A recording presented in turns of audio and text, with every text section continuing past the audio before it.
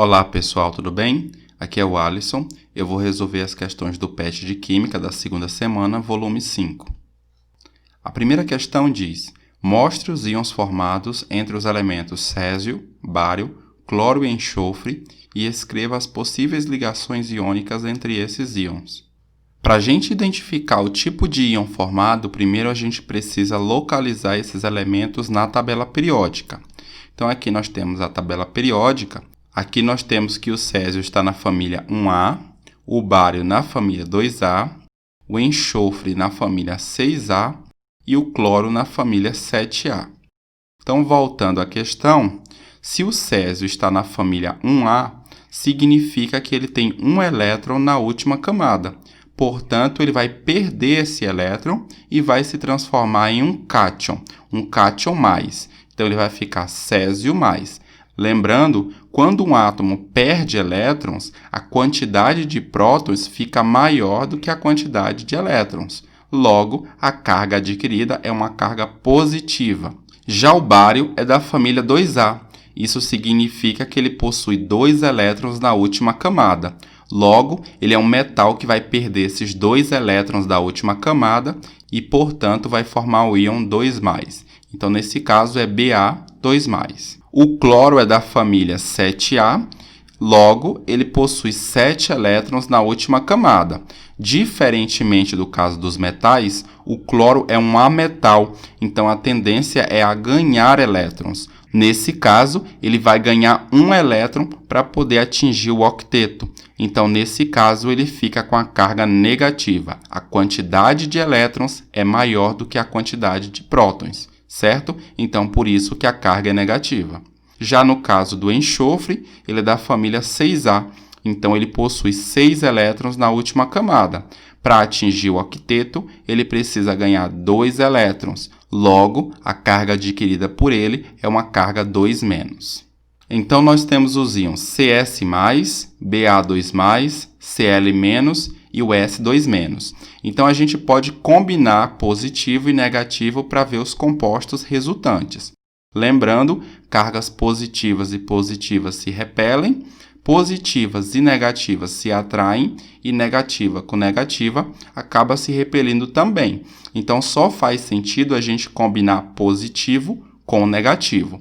Então, as combinações possíveis aqui 2 a 2 são o CS+, mais o Cl-, o CS+, e o S2-, o Ba2+, e o Cl-, o Ba2+, e o S2-. Então, essas são as 4 possibilidades de 2 íons. Nesse primeiro caso, notem que aqui eu tenho uma carga positiva e uma carga negativa. Então, se a gente somar 1 menos 1, já dá 0. Então, a fórmula iônica vai ser simplesmente CsCl. A fórmula iônica representa uma proporção mínima que existe entre os íons positivos e negativos.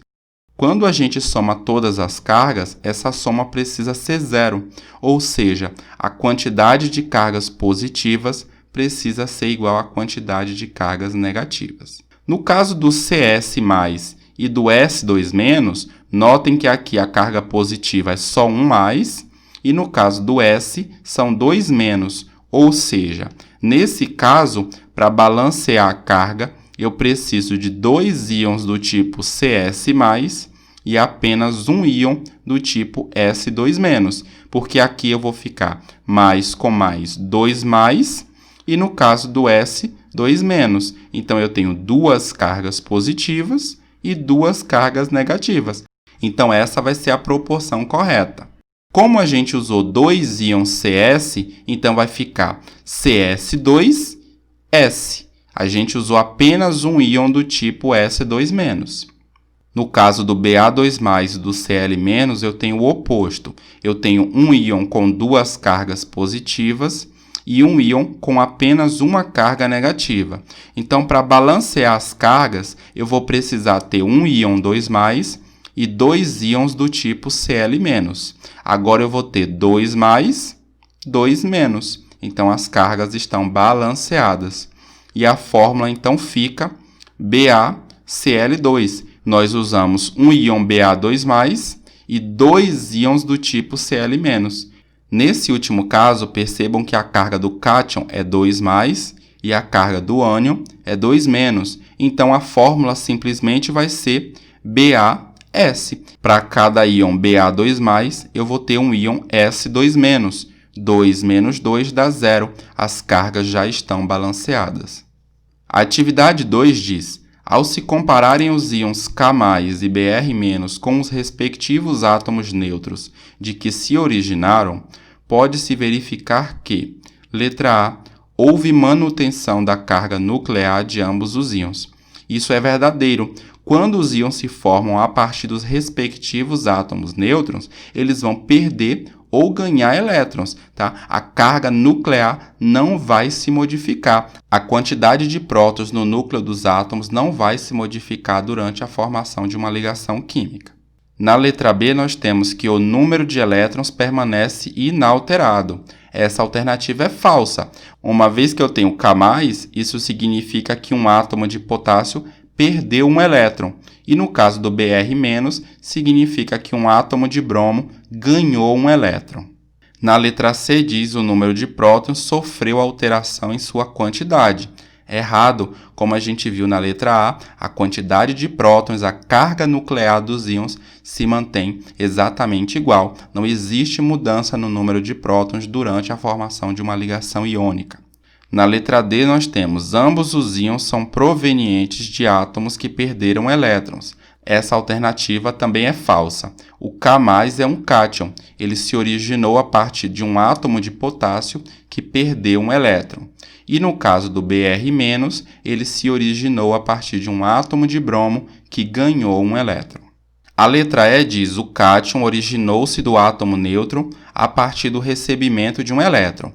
Prestem atenção ao seguinte, pessoal. Eu destaquei essa parte em verde porque no PET veio incompleto. No PET está escrito apenas o cátion originou-se do átomo. Mas, na verdade, a alternativa inteira diz o cátion originou-se do átomo neutro a partir do recebimento de um elétron.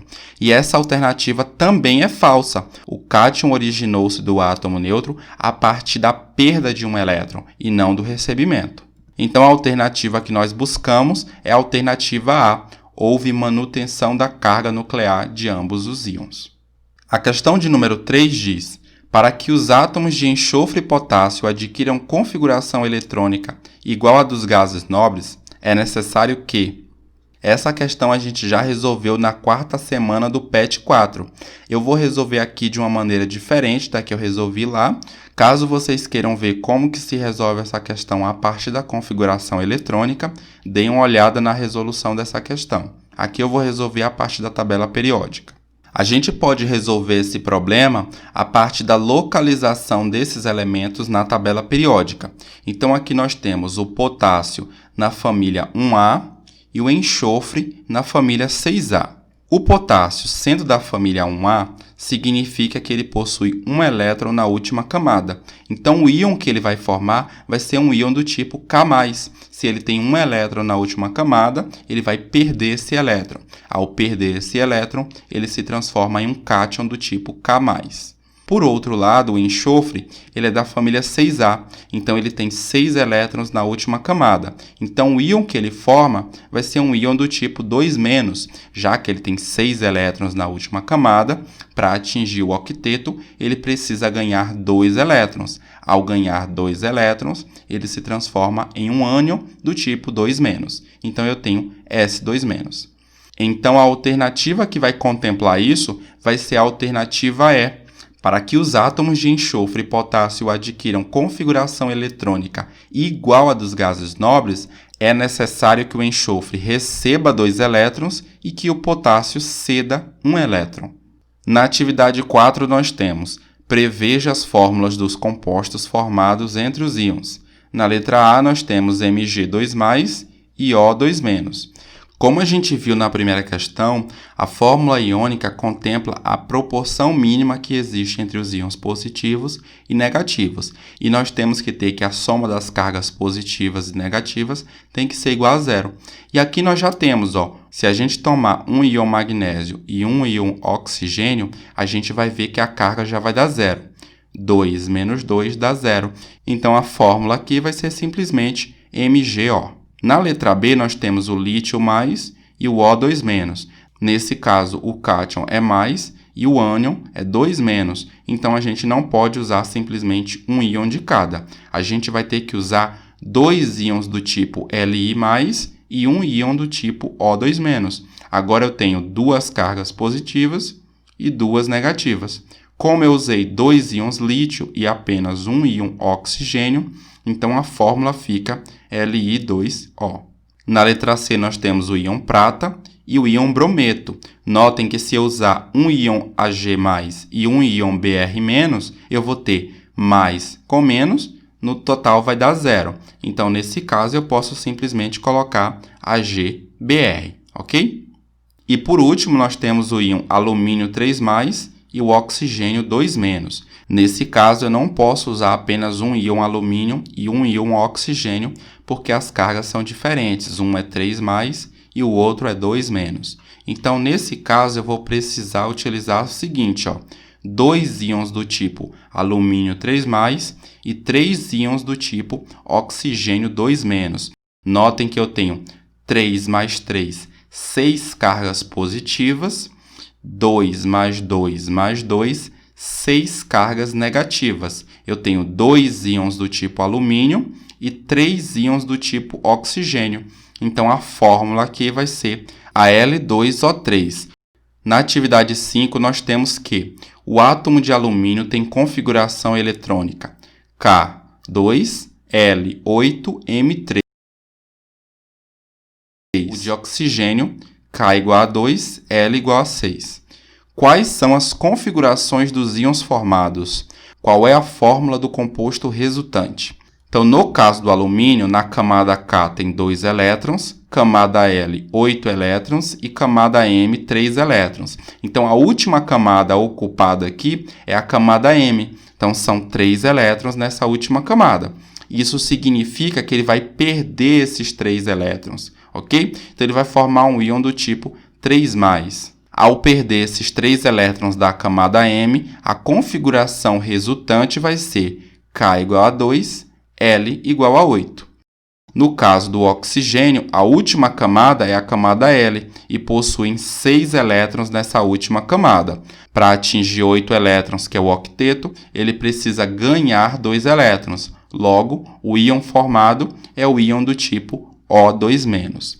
Então, se ele ganhar 2 elétrons aqui na última camada, a configuração eletrônica dele vai ser K igual a 2, L igual a 8 também. Então, se a gente juntar os íons Al3+ e O2-, qual vai ser o composto resultante? A fórmula vai ser Al2O3.